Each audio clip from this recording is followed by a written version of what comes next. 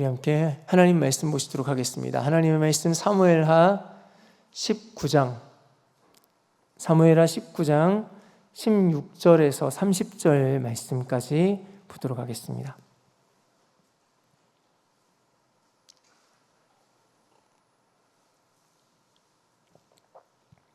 사무엘하 19장 16절에서 30절 말씀입니다.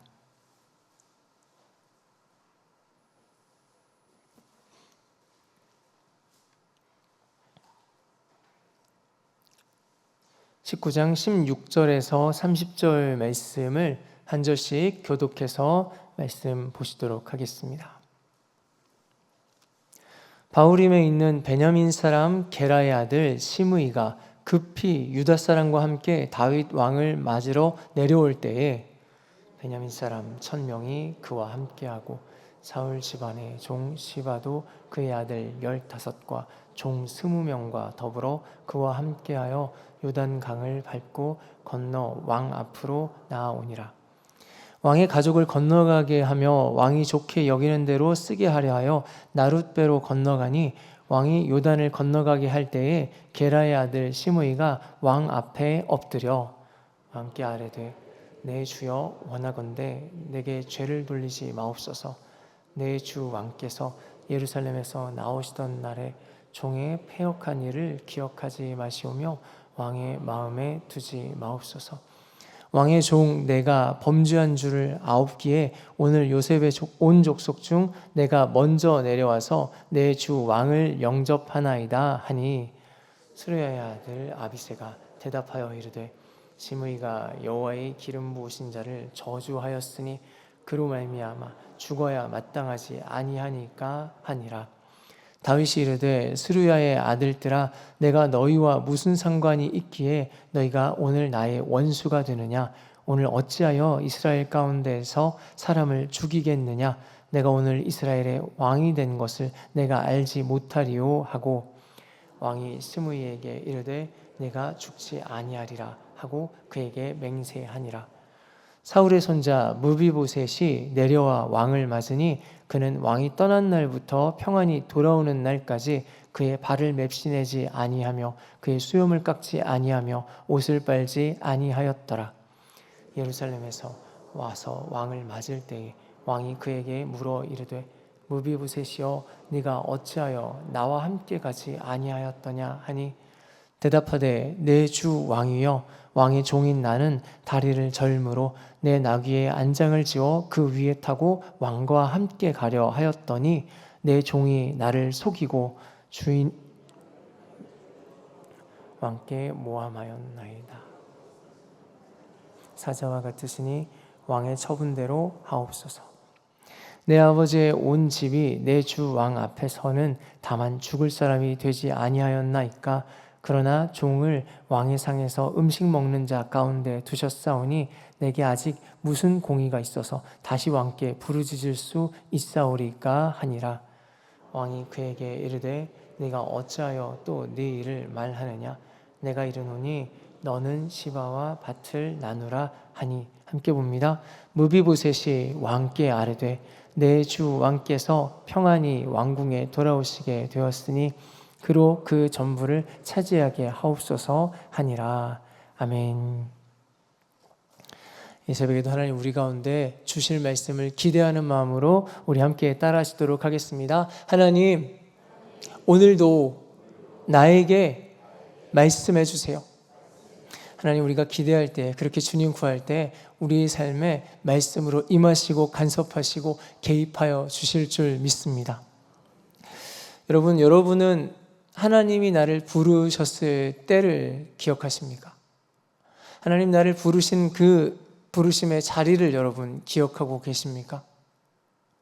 그렇다면은 여러분 여전히 그 부르심을 붙잡고 계십니까? 오늘 본문 말씀은 다윗의 왕위의 회복에 대한 이야기라기보다는 다윗의 부르심의 회복에 대한 말씀입니다. 오늘 말씀을 통해서 저와 여러분을 향한 부르심을 다시 확인하시고 또한 그 사명의 자리에 다시 서실 수 있는 저와 여러분들 되시기를 주님의 이름으로 축원드립니다. 오늘 본문에 나오는 다윗은 이제 더 이상 왕위에서 쫓겨난 도망자 신세가 아닙니다. 다윗이 아무 말 하지 않아도 이미 백성들은 다윗이 다시 왕이 될 것이라는 것을 느끼고 있는 그런 상황입니다. 그래서 다윗이 돌아가는 길에 어떤 이들은 이미 다윗을 맞이하러 나옵니다. 그런데 참 공교롭게도 먼저 다윗에게 온 사람들은 다윗에게는 조금 불편한 사람들이었습니다. 가장 먼저 다윗을 찾아온 것은 원수였습니다. 얼마 전에 압살롬에게 쫓겨서 도망가고 있는 그 다윗을 쫓아오면서 저주했던 시므이가 다윗을 맞이하러 나옵니다. 다윗이 가장 힘들고 아팠을 때에 가장 다윗을 괴롭혔던 원수입니다. 그런 시므이가 와서 다윗에게 자신을 좀 용서해 달라고 합니다. 여러분이라면 어떻게 하시겠습니까? 마침 그 옆에 있던 다윗의 장군 아비새가 속 시원하게 이렇게 말합니다. 21절입니다. 스루야의 아들 아비새가 대답하여 이르되 시므이가 여호와의 기름 부으신 자를 저주하였으니 그로 말미암아 죽어야 마땅하지 아니하니까 하니라. 틀린 말이 아니었습니다. 사실은 이 시므이는 죽어도 할 말이 없는 그런 사람이었습니다. 그런데 다윗의 반응이 예상과는 조금 달랐습니다. 오히려 흥분한 아비새를 책망합니다. 아비새야, 네가 왜 내 원수가 되려고 하느냐? 다윗의 이 반응을 보면서 다윗이 원래 어떤 사람이었는지를 다시 생각해 보았습니다. 다윗이 죄를 범하고 나단 선지자가 다윗의 죄를 지적하러 와서 이 이야기를 합니다. 자기의 양과 소가 굉장히 많은데도 가난한 자의 그 한 마리 양을 빼앗은 사람의 이야기를 다윗에게 들려줄 때에 다윗이 이렇게 분노합니다. 여호와의 살아계심을 두고 맹세한다. 그 사람은 마땅히 죽어야 한다. 다윗은 그렇게 죄에 대해서 당당하게 분노하던 사람이었습니다. 그런데 뭔가가 달라졌습니다. 또 다윗을 찾아온 사람은 이번에는 거짓말장이었습니다. 사울 집안의 종인 시바입니다. 시바는 사울의 손자인 무비보셋의 종입니다.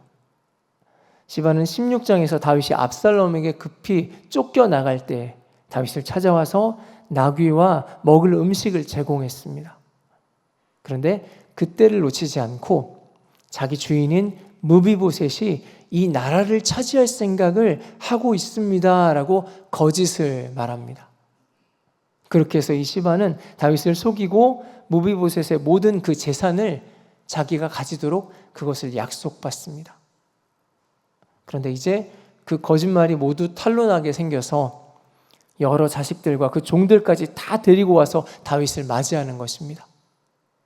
여러분이라면 왕을 속인 이 시바를 어떻게 하시겠습니까? 많은 사람들이 나에게 어떤 잘못을 저지른 것보다 나를 속인 것에 더 크게 분노하곤 합니다. 그런데 참 이상합니다. 오늘 말씀 어디에도 또 이후에 어떤 부분에도 다윗이 시바를 처벌했다는 기록은 나오지 않습니다. 그리고 오늘 본문에 다윗을 마중 나온 세 번째 사람은 바로 그 시바의 주인인 무비보셋입니다. 24절은 무비보셋에 대해서 이렇게 말씀하고 있습니다. 사울의 손자 무비보셋이 내려와 왕을 맞으니 그는 왕이 떠난 날부터 평안히 돌아오는 날까지 그의 발을 맵시내지 아니하며 그의 수염을 깎지 아니하며 옷을 빨지 아니하였더라. 무비보셋은 다윗이 쫓겨났던 그 시간 동안에 자기를 꾸밀 생각을 전혀 하지 못할 만큼 그렇게 다윗을 염려하고 걱정하고 있었습니다. 그리고 이 자리에서 앞에 시바의 그 거짓말이 다 드러납니다. 왕이여, 제가 다리를 절뚝이기 때문에 나귀를 타고 왕과 함께 가려고 하였는데 시바가 저를 속이고 저를 모함했습니다. 그렇다면 이 무비보셋은 정말로 아무런 죄가 없는 것일까요? 여러분, 이 무비보셋은 다윗의 은혜를 입어서 장애가 있음에도 불구하고 왕의 상에서 함께 먹는 자였습니다.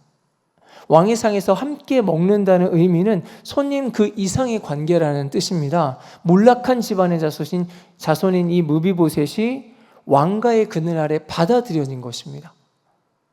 어떤 상황에서도 왕의 편에 서서 힘이 되어주어야 할 그런 책임의 관계가 분명한 관계입니다. 그런데 결과적으로 무비보셋은 다윗과 함께하지 못했습니다. 다윗의 입장에서는 가장 절실히 지지가 필요했을 때에 함께하지 않았던 그 책임을 물을 수도 있는 상황입니다. 하지만 다윗은 그 역시도 묻지 않습니다. 그 어떤 정죄도 하지 않고 시바와의 이 갈등 상황을 그냥 재산을 나누는 것으로 마무리 짓습니다. 다윗이 정말로 어딘가 달라졌습니다. 오늘 말씀에 다윗을 마중 나온 이 세 사람은 각자 다른 입장에 서 있습니다. 하지만은 이들 안에 공통점이 있습니다.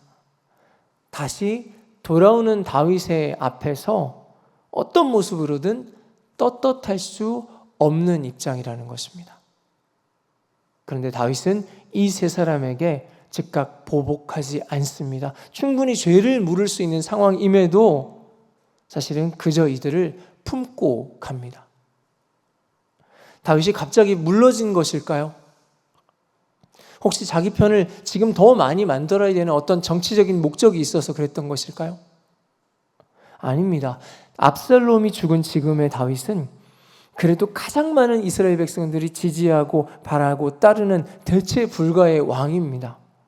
잘못을 저지른 이들을 심판하는 정도는 얼마든지 가능한 일이었습니다. 그렇다면 다윗은 왜 이렇게 변한 것일까요? 오늘 말씀 22절에 그 이유를 말씀하고 있습니다. 다시 한번 22절 말씀 보겠습니다. 다윗이 이르되 스루야의 아들들아 내가 너희와 무슨 상관이 있기에 너희가 오늘 나의 원수가 되느냐? 오늘 어찌하여 이스라엘 가운데서 사람을 죽이겠느냐? 내가 오늘 이스라엘의 왕이 된 것을 내가 알지 못하리요 하고, 죄지은 자를 죽여야 한다고 주장하는 이 아비새의 모습을 보고는 다윗이 원수라고 표현합니다. 네가 왜 나를 망할 길로 몰아넣느냐라는 말입니다. 아니, 다윗이 죄인들을 심판하는 것이 왜 다윗을 망하게 만드는 일일까요? 거기에 대한 다윗의 답은 이것입니다. 내가 오늘 이스라엘의 왕이 된 것을 내가 알지 못하리요. 내가 오늘 이스라엘의 왕이 된 것을 내가 분명히 안다. 그것이 이유였습니다. 여러분, 보통 왕은 자기가 하고 싶은 것을 마음대로 할 수 있는 것이 왕입니다. 그런데 오늘 왕이 된 다윗은 전보다도 훨씬 더 조심스러워졌습니다. 왕이 되었기 때문에 마음대로 할 수 있는 그런 왕이 아니라 왕이 되었기 때문에 더 조심해야 하는 왕이 되었습니다. 죄로 주저앉아 있었던 그런 다윗을 하나님이 다시 불러서 일으켜 세우십니다. 그렇게 다윗은 하나님이 부르신 왕의 정체성을 다시 회복했습니다. 물론 다윗은 예전에도 왕의 권력을 가지고 있었습니다마는 지금 다윗을 이끄시는 것은 하나님의 그 부르심이었습니다. 부르심은 내가 무엇을 할 수 있는가를 묻는 것이 아니라 사실 하나님 앞에 내가 무엇을 해야 할지를 묻는 것입니다. 그렇게 다윗에게 있어서 이 왕좌는 더 이상 권력이 아니라 사명의 자리였습니다. 그래서 다윗은 말합니다. 내가 오늘 왕이 된 것을 내가 알지 못하리요. 이제 다윗은 부르신 그 사명과 하나님 나라를 위해서 먼저 생각합니다. 이것이 하나님이 사람을 세우실 때에 일어나는 일입니다. 다윗이 스스로 높아졌을 때에 다윗은 죄로 무너져 내렸습니다. 하지만 하나님이 다윗을 다시 사명의 자리로 이끌어 세우셨을 때에 다윗은 오히려 그 마음을 낮추고 하나님의 부르심에 집중합니다. 보통은 권력을 가지게 되면 그 권력이 사람을 바꾸고 변화시키지만 오늘 말씀에서는 이 사명이 다윗을 변화시킵니다. 이전과 같은 왕의 자리에 분명히 있지만은 이전과는 다른 왕이 됩니다. 지금 다윗의 눈앞에 보이는 것은 여러 사람들이지만은 사실은 다윗은 하나님 앞에 서 있었던 것입니다. 그렇게 다윗은 자신을 버렸던 이스라엘 백성들을 다시 품어내는 사명자가 되어 갑니다. 오늘 저와 여러분도 마찬가지입니다. 똑같은 하루를 살더라도 사명이 사람을 변화시킵니다. 우리는 우리를 둘러싼 모든 상황들, 유리하고 불리함에 대한 어떤 판단, 때로는 우리의 어떤 감정에 이끌려서 살아가기 쉽습니다. 하지만은 사명은 우리를 다시 하나님 앞에 서게 합니다. 그 부르신 사명의 자리에 설 때에 우리는 다시 하나님의 관점으로 내 삶의 자리를 다시 바라보게 됩니다. 많은 사람들이 내 삶의 회복을 기대합니다. 하지만 하나님이 부르신 우리에게 가장 필요한 것은 우리의 눈에 보이는 어떤 것들의 회복보다 하나님이 주신 사명의 회복입니다. 그렇게 우리의 사명이 회복되어 가고 사명에 붙들린 인생은 달라질 수밖에 없습니다.